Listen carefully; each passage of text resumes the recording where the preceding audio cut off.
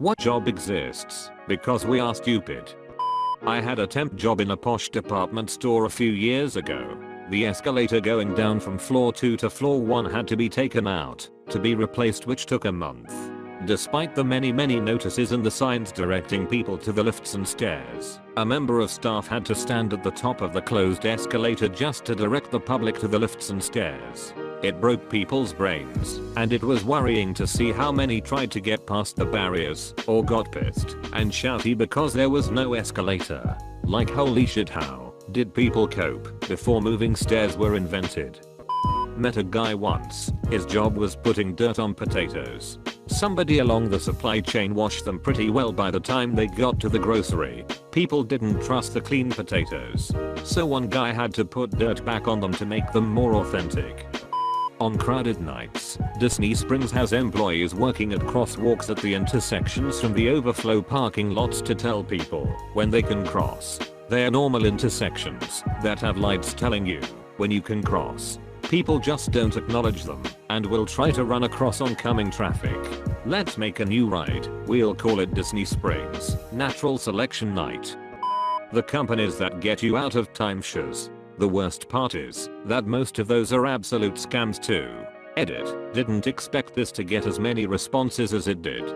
Broad answer to questions/comments. Timeshares are not scams for the most part. It's just a very different way of travel and doesn't work for everyone. Not all resales are bad. It just happens to be another industry that has more than its fair share of scammers. Be extremely cautious with resale and do your homework. Source: worked in operations management for timeshare companies for about a decade. I'm a self-serve gas station attendant. Honestly, the only reason I'm here is to slap the emergency stop button if someone starts pumping gas outside their car/gas can. Oh, and shut off the pumps when I leave. Did you ever have to tell a motorcycle gang member, a pagan in my case, legendary for their violence, that he could not smoke while pumping gas? I did. I thought long and hard about the wisdom of that and came to the conclusion that next time I was going to grab a bag of popcorn and watch the show from my booth in complete safety. No, but I did have to tell a motorcycle gang I can't just start the pumps if they leave their credit debit cards with me. They were pissed off about telling me a $ amount or paying at the pump. I also have to lie about the double paned glass being bulletproof constantly. I have a side gig doing data entry. I earn $25 /HR copying and pasting stuff from a web page into an Excel spreadsheet while doing some light formatting. Edit. Holy karma Batman. To answer a few repeat questions, I know the employer personally, which led to me picking up this work. It's not a lot of hours a week, but the extra money is definitely useful. It's difficult finding this kind of work. You won't find it looking for job ads. You need to approach companies that you feel would have a need for this kind of service. You could potentially get Excel to do that automatically. Tier 1 ID support. Did you try turning it off and on again? Sure you did. Could you blow into the cable to make sure there is no dust in the connector? The cable was loose. How surprising. Have a good day. Traffic police in Baltimore. I was there this summer and the gridlock was atrocious. People push their way into the intersection. The light turns red and they are stuck there until the light is about to turn red in the opposite direction, at which point those people push their way into the intersection and the cycle perpetuates.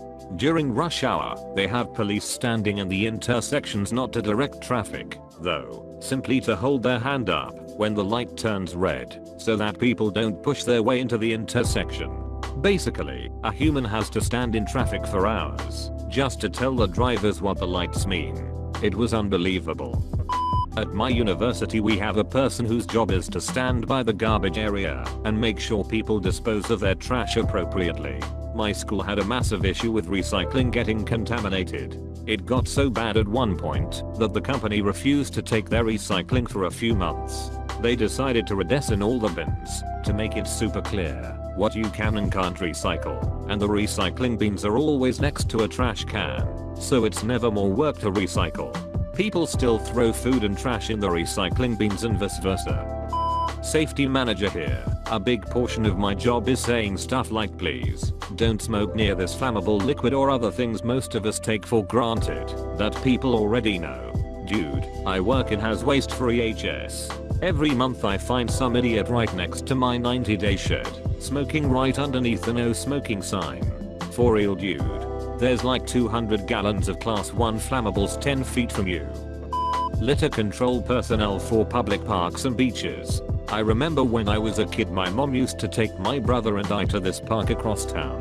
One time I had a wrapper from a piece of gum in my pocket, and I walked to the trash to throw it away. A police officer happened to be just patrolling the parking lot and saw me throw the wrapper away.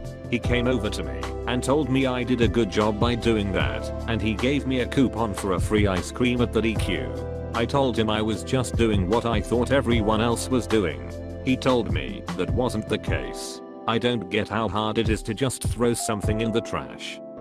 Bouncers at bars and clubs. Drunk people can be the biggest idiots and you need someone there that can handle them, so they don't ruin other people's good time. Watched a drunk couple thrown out of a concert earlier this week for general obnoxiousness. I don't think enough people appreciate how much these kinds of jobs improve our experiences.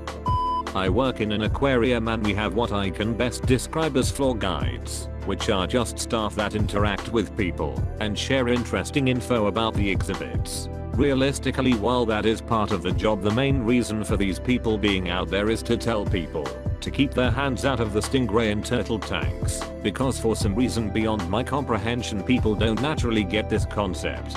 At least once a day I hear, well, why can't I touch the stingrays? And so far my all-time favorite outcome of that question was a kid who said they have the word sting in their name. I have wanted to say that so many times, but am unable. Edit. Since this post got some attention, I'd just like to point out that stingrays are relatively harmless and won't sting unless they are in fear for their life and have no escape.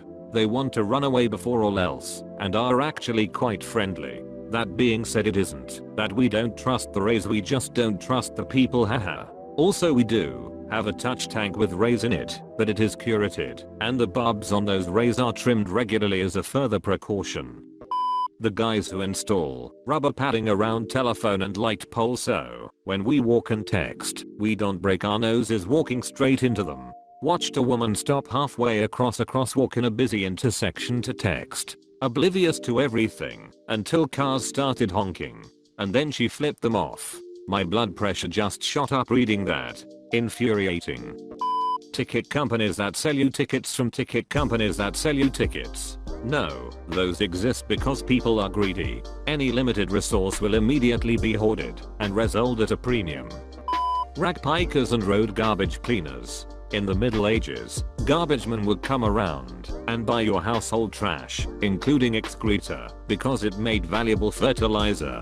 I'm not sure this matters much, but I saw a vague relation and thought I'd impart some historical perspective. It's service help desk.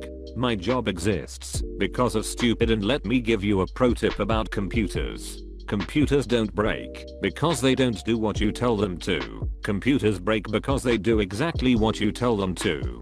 PFT. My mother gets hacked every day through her dial-up. She refuses to upgrade because the constant connection means the hackers can hack her more. They make her Facebook runs low-cost dial-up coughs. Why does she think she's being hacked? Things run slow a lot. One look at her desktop tells me everything I need to know. Everything she interacts with ends up there. She constantly complains about slow startup. If it's not on the desktop, she can't find it.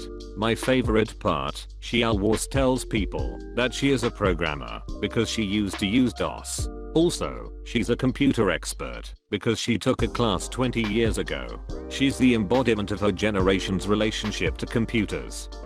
M's first job out of college was to stand outside of Aldi's and help the people how to figure out to put the quarter in the slot, to release the shopping cart, and then, later, how to put the chain back in to get their quarter back. I said F that. I stood there all day, baked out of my gourd. Televangelists. I hope I live to see the day people stop giving money to conmen who buy McMansions and private jets and claim they deserve it because God loves them. My job. Financial advisor. Save money for retirement, at least 10% of what you earn gross, in an IRA or employer-sponsored plan. put it in growth mutual funds or ETFs, and don't touch it until you're satisfied you have enough there to live on no more than 4-5% of the balance per year for the rest of your life. Don't consider individual stocks with this money. Establish a basic budget based on your post-retirement savings income and current expenses. Do not spend more than you bring in on a regular basis. Save a little after-tax money from every paycheck in an FDIC-insured savings account. This is your emergency fund. Don't touch it if you're not in financial dire straits. Once you have at least 3 months of expenses covered by that emergency account, keep saving the money, but flow it to another investment vehicle, such as stocks, bonds, CDs, treasuries, real estate, precious metals, whatever you are comfortable with depending on your goals and risk tolerance, that can at least hold value, if not grow it. This is your savings for home, car, vacation, and other major purchases. With the possible exceptions of purchasing a home or borrowing for education, that will actually pay for itself. Don't take on debt. Pay off your credit cards monthly. Pay your bills on time. If you can't follow the above, take a hard look at your lifestyle. Either find a way to earn more money, spend less money, or both. Second jobs are sometimes necessary, or many people just need to eat out less, go to bars less, drive a cheaper car, or downgrade their living situation. Don't give in trying to impress others, or looking good on social media. Just do you. In Great America there was a whole campaign where designers, marketers, PR staff, mascots and whatnot were organized to create a bear with a hat to teach people not to set fire to forests. People often give the US Coast Guard a lot of crap for being the Coast Guard, but they deal with some of the most dangerous specimen on the planet, stupid drunks with boats. Attorney 90% of our work is spent on 10% of our clients. Then they blame us for getting in trouble after doing what we told them not to do. Basically stupid people keep us employed. Computer repair for the most part. Probably half of all the things I had to repair were extremely silly mistakes that could have been avoided by simply reading. Whenever people get an error message, they panic and click it away. Most don't even read it, when reading it could already help you fix it. I remember one guy who said he didn't want to pay us to put a SIM card in his phone. I completely understand this, because it's overpriced as hell. But we still told him to make sure to take the nano SIM out of the holder it came in order for it to fit in his phone. 10 minutes later, he came back, because he ruined his phone trying to forcefully push the SIM card and the holder into the socket of his phone.